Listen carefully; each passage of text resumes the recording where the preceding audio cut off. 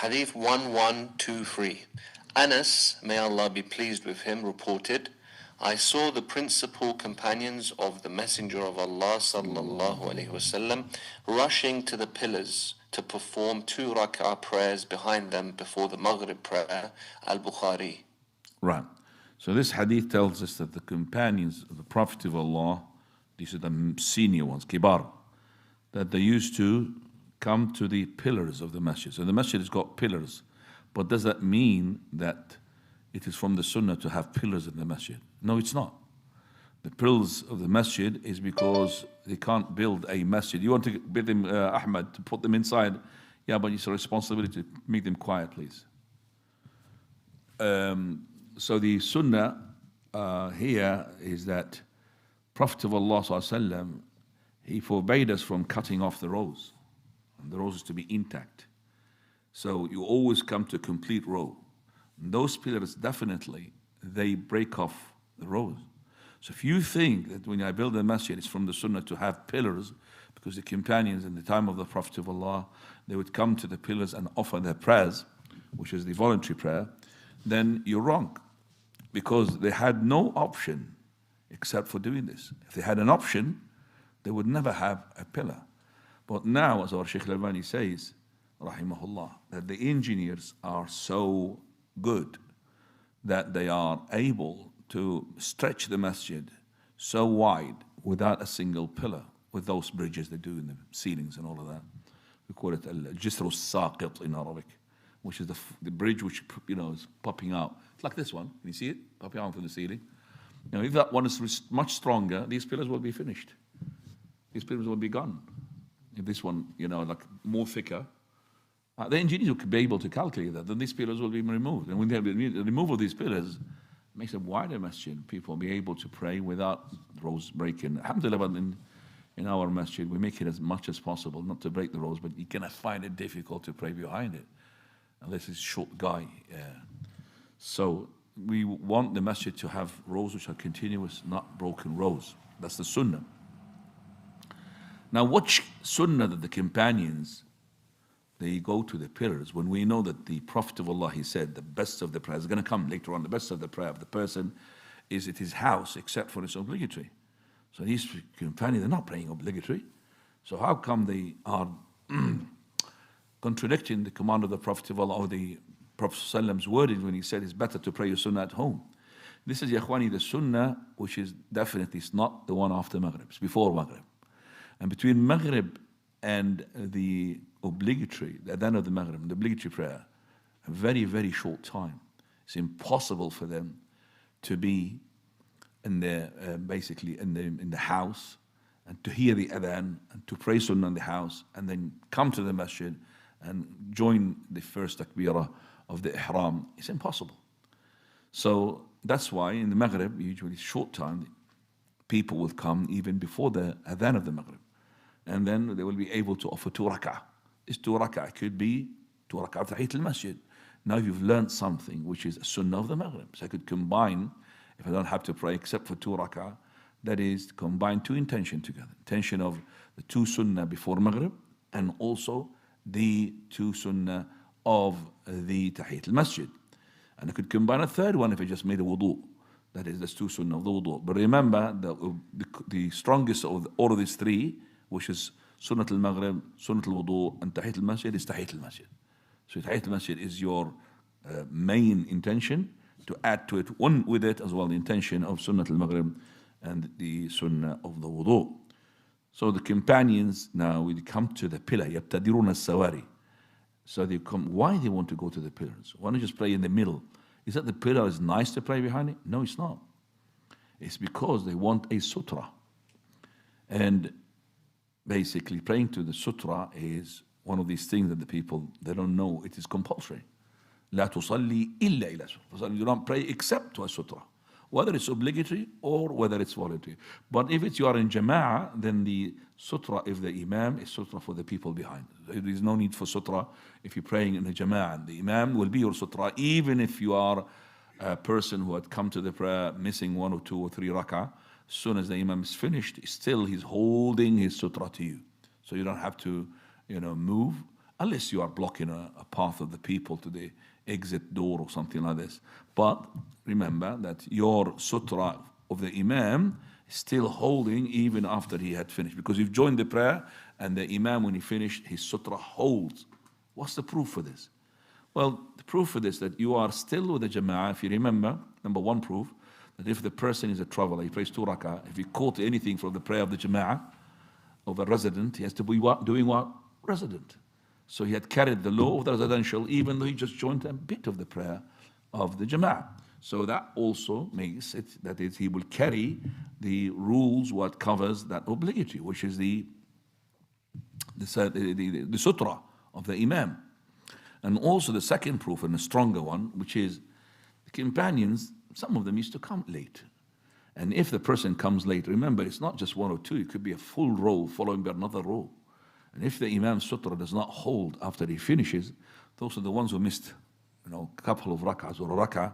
If the front row moves, then the other one's going to move behind, because there's no sutra.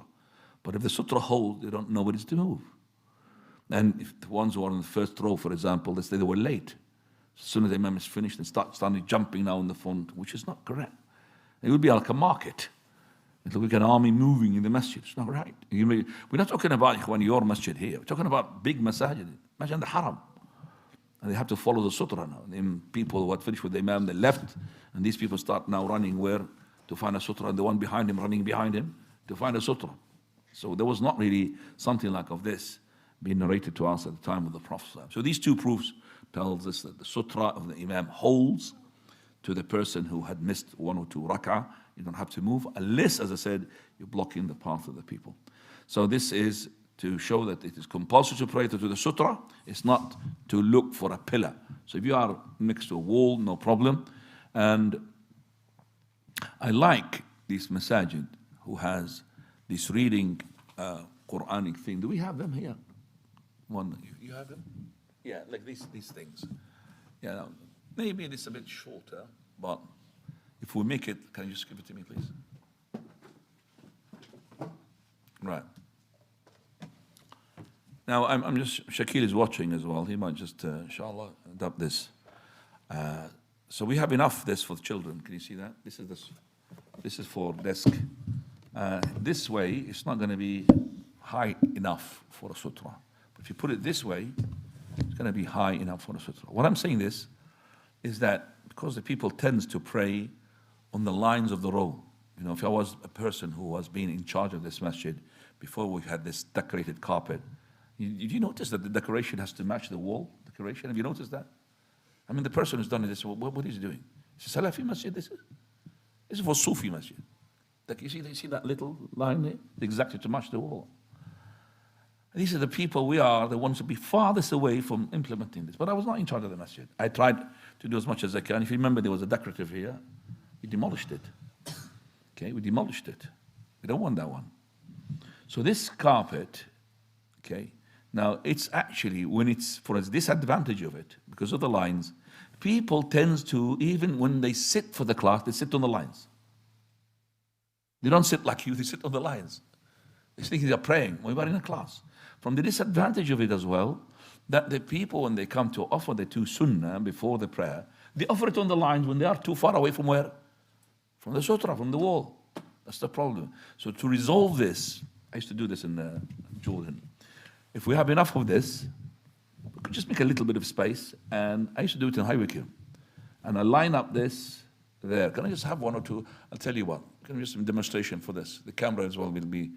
If somebody just goes to bring me about 6 of those, please. Jazakumullah. Anybody who's volunteered, bring me 6 of these. Subhan, just line them up next to my table on the line. Line them up. Let's just say camera show it. Yeah, bring us 5 or 6, just to put them there. Make space between them. So you need about maybe 25 of them, just like this, and less than 25. This side and that side, because the table's still a sutra for the people.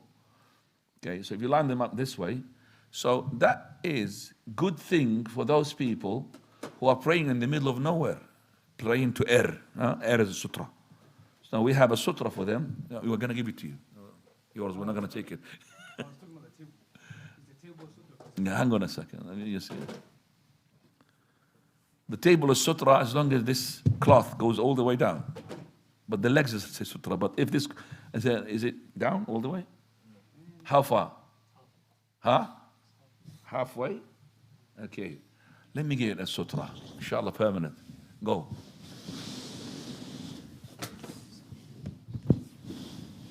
Is it? Yes. Okay. Make the same thing, please. Make it to there and say, people, see? Yes? That's a sutra. Khalas. But the person who looks after the masjid, it's not really correct. Let me just put it this way. So that's a sutra. So this is a sutra now. And this is, look at that. Look at that. So, mashallah, this is the way. Camera, please. Huh? And we just want to show the imams as well to know this. In our masajid, like for example, the masjid that used to be, the masjid that Sheikh Albani used to go to, masjid Sheikh Abu Suhaib, may Allah have mercy. Both of them had died. So the imam, all this like this in the front rows. Why? Because the people tend to pray in the middle of nowhere. It's Allahu Akbar. Yeah, he learn how to pray properly. La tusalli. Why the companions, they go to the pillars? Because they want what? A sutra to pray to it. That's why it is. So this is the sutra you need to pray to implement the sunnah of the Prophet sallallahu alaihi wasallam. Right. So this we've understood. The pillar, it doesn't mean that the masjid has to be pillar. No. It is just a symbol for sutra. It's not a symbol that masajid has to be pillars. Pillars, ya ikhwani, cut off the rows. They cut them. And you know what? If you are in a masjid like this one, and let's say that we have in the Salat al-Isha, mashallah, we're getting lots of people Isha now. Lots of people, early Isha, alhamdulillah. 6 rows have been counted, mashallah. That's very good. So if we had 1, 2, 3, 4, 5 rows, okay? The 6th row, you notice that there will be people unable to pray behind the pillar. And it's not Jumu'ah. It's just Salat al-Maghrib, for example, Salat al-Isha. So the 6th row, they come, if they were learning in these classes, they will not line up on that one. They will line up what? Behind.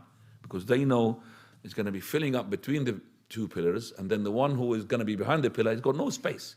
So he's going to do what? He's going to step a bit, leave a space, and go from the side of the pillar this way. And that's a breaking of the row. So the imam, that's what his responsibility. If he's got 7 rows, for example, he will make sure that the 7 rows, the 7th one will go behind so that it will be intact row. Okay? And I like somebody who has, as an imam, he puts, these signs which is like, says like no parking. Huh? There's cones, it's got a sign, little one, no parking. You see the cone, and at the bottom of it is like stickers, no parking. So he puts it between the rows, between the pillars, no parking. That means no praying. I've seen that in the masjid. MashaAllah, very good, Jazakallah khairan, because he's got lots of people in the masjid, and these people, they just, because they don't know, and not just because they don't know, they insist to be staying ignorant. They don't want to learn. They just come, I've seen the people pray, I'll pray like them. Okay, so your people are handpicked, alhamdulillah, Allah taught you something that the people, they don't know, unfortunately. And we're not saying this to belittle them or something. No, but we say as a sympathy. They don't want to learn. So between the rows, you don't pray. Between the pillars, you don't pray. Khwani has to be. So if you came to a masjid where the rows are intact, and the one which is the last one, it was between 2 pillars, don't pray with these people. You pray. How do I do? You go behind them and initiate a row. Even better, if you are a person known to be an imam, you could tell them, go back, 4 or 5 seconds, go back, and they go back with you. They will listen. And they hear your voice, oh, Sheikh here. That means go back. Well, go back. They'll go back. Okay? But you can't, it's not right to pray in a row, which is between 2 pillars, and there will be people on the other side of the pillar. If they stick between the pillars, no problem. So here the companions have been prohibited by the Prophet ﷺ, nuhina an nasufa bayna as-sawari, to make a row between the pillars. Why? Because the pillar will be an object to cut off the row. Okay, the row will be cut off if there is there's people praying on this side of the pillar and the other side of the pillar. That's a cut off. Unless it's Jumu'ah, congestion, all of this, no problem.